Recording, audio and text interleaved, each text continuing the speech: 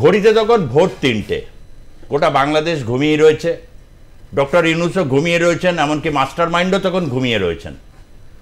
ঠিক সেই সময় বাংলাদেশের সাবেক রাষ্ট্রপতি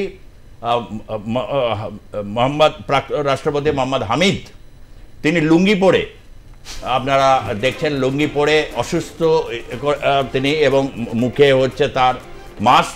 ভোর 3টের সময় মোহাম্মদ হামিদ এই পাসপোর্ট নিয়ে তিনি সোজা ব্যাংককে পালালেন। সকালবেলা হলো বাংলাদেশে, ডক্টর ইউনূস নাস্তা করতে বসেছেন, তখন তার কাছে এক আমলা ফোন করে জানালো হামিদ পলায় গেছে। এই যে হামিদের ছবি দেখছেন, প্রাক্তন রাষ্ট্রপতি, দেখে বোঝারই উপায় নেই এই হচ্ছে মিস্টার হামিদ। প্রণব মুখোপাধ্যায়ের সাথে তার অত্যন্ত ভালো সম্পর্ক ছিল, দুবারের রাষ্ট্রপতি, এবং তিনি হুইল চেয়ারে লুঙ্গি পরে বসে সোজা প্লেনে উঠে ব্যাংককে চলে গেলেন।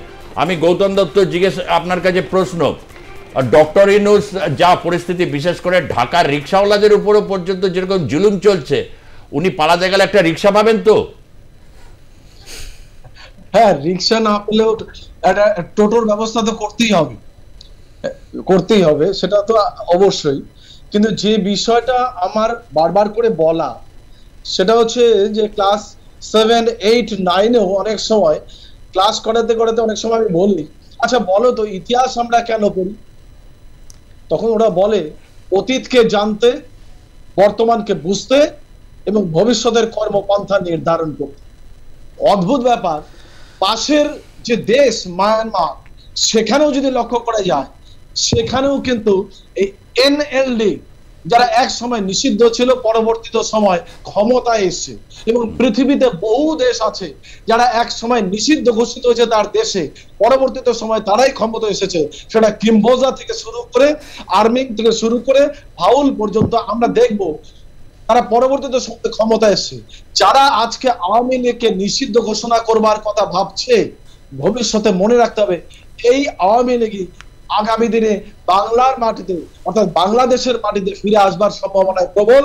কারণ আজকের বোতল ছোড়া দেখে বোঝা যাচ্ছে পরবর্তীত সময়ে মাথায় ঘুষি মারা পর্যন্ত সব চলবে। অর্থাৎ বাংলাদেশের মাটি একটা জঙ্গির আতুর ঘরে পরিণত হয়েছে, এটা আমাদের অস্বীকার করবার জায়গা নেই। কারণ বাংলাদেশে প্রায় একটি নয়, 40খানার মতো জঙ্গি সংগঠন আছে। আমরা যদি হরকেল মুজাহিদিন থেকে দেখি, কিংবা হিজবুত তাহরিকে দেখি, কিংবা জাগ্রত মুসলিম জনতা দেখি, আনসারুল্লাহ বাংলা টিম দেখি, একের পর এক বাংলাদেশে এই মুসলিম জঙ্গি সংগঠনগুলো বাংলাদেশে আজকে দাপিয়ে বেড়াচ্ছে। তাদের সঙ্গে জামাত ইসলামীরা যুক্ত হয়ে আছে। আজকে গোটা বাংলাদেশে ভিসি তারাও অভিযান চলছে, ভিসিরা থাকতে পারবে না, তারাও অভিযান চলছে। বাংলাদেশের অবস্থা খুব খারাপ। আমি আজকে সকালবেলাও বাংলাদেশের অবস্থাগুলো নিয়ে বারবার করে ইউটিউব থেকে আরম্ভ করে বিভিন্ন চ্যানেল দেখবার চেষ্টা করছিলাম। তাতে করে সত্যি সত্যি মনে হচ্ছে যে ইউনূস সাহেবের অবস্থা যে কোনো দিন বাংকারে না যেতে হয়। আজকে ভারতবর্ষ দীর্ঘদিন ধরে অপেক্ষা করছে তাদের এই অবস্থা থেকে। ভারত থেকে যদি আমরা লক্ষ্য করে দেখি, হিসেব করলে প্রায় উত্তর বাংলা এবং দক্ষিণবঙ্গের মাঝখান দিয়ে প্রায় 54টা নদী প্রবাহিত হয়েছে। তারা খুব ভালো করে জানে আজকে পাকিস্তানকে কখনো কখনো খরা, কখনো কখনো বন্যার কবলে পড়তে হচ্ছে ভারতের রুদ্রমূর্তি দেখে। একই অবস্থা আগামী যদি বাংলাদেশের মাটিতে হয়, আমরা অবাক হব না, আমরা বিস্মিত হব না। কারণ আমি একটু আপনাকে একটু মানে এই জায়গাটায় কোচে একজন আমাদের সঙ্গে আসাম থেকে যোগ দিয়েছেন। হ্যাঁ বলুন, দীপঙ্কর দাস আসাম থেকে। হ্যাঁ বলুন, জনমতে অংশ নিয়েছেন, ধন্যবাদ আপনাকে, বলুন।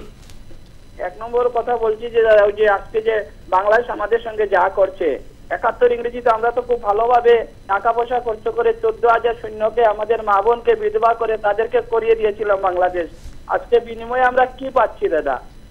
সেম যে বালুচিস্তানে যে আজকে আন্দোলন হচ্ছে, ওরা আমাদের সাহায্য চাচ্ছে, ওরাও তো 50 বছর পরে আমাদের সঙ্গে ওটাই করবে, আমাদের কি লাভ হবে? 71 ইংরেজি আমরা যে স্বপ্ন দেখেছিলাম বাংলাদেশ, আজকে সেই বাংলাদেশ আর এই জিনিসটা।